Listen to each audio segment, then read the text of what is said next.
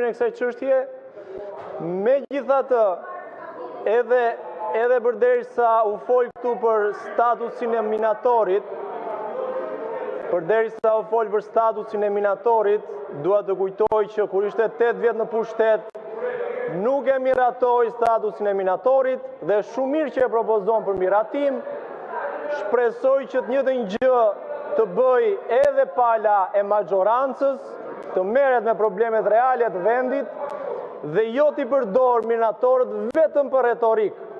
Nga ana tjetër, më bën habi fakti që zonja Tabaku përmendi sot protestën e minatorëve, por vetëm pak metra larg protestës e minatorëve, po zhvillohej protesta e pensionistëve, për 700.000 pensionistë të cilët janë ende me pensione urie, dhe më habit fakti se si deputetët e Partisë Demokratike nuk i vënë re protestën e pensionistëve, i cili është shqetësim jashtëzakonisht shumë i madh që duhet marrë në konsiderat dhe duhet futur në rendin e ditës.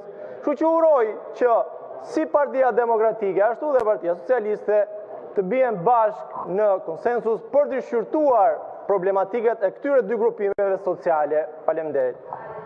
Zonja Tabaku, replik. Shiko, për Redin, Reda dhe Qorrës që nuk shohen, Partia Demokratike ka propozuar statusin e minatorit këtu e 3 vite të shkuara e kam firmosur unë. Për statusin e minatorit kemi diskutuar e debatuar në këtë sallë parlamenti. Dhe një sugjerim me qenë se je deputet i ri, të bësh opozitën e opozitës nuk të shkon. Sot duhet kishe dalë, ti kishe kërku llogari qeverisë. Ti kërkosh llogari qeverisë pse propozimet e Partisë Demokratike për pensionin minimal, për rritjen e pensionit, për status e minatorit nuk po zbatohen. Në qoftë se sot ka grup më të penalizuar se pensionistët dhe miratorët që duhet ishin me mbështetje më të lartë, meqense se kemi këtu edhe një parti që e mban veten për të majt, sot parlamenti duhet kishte folur për këto.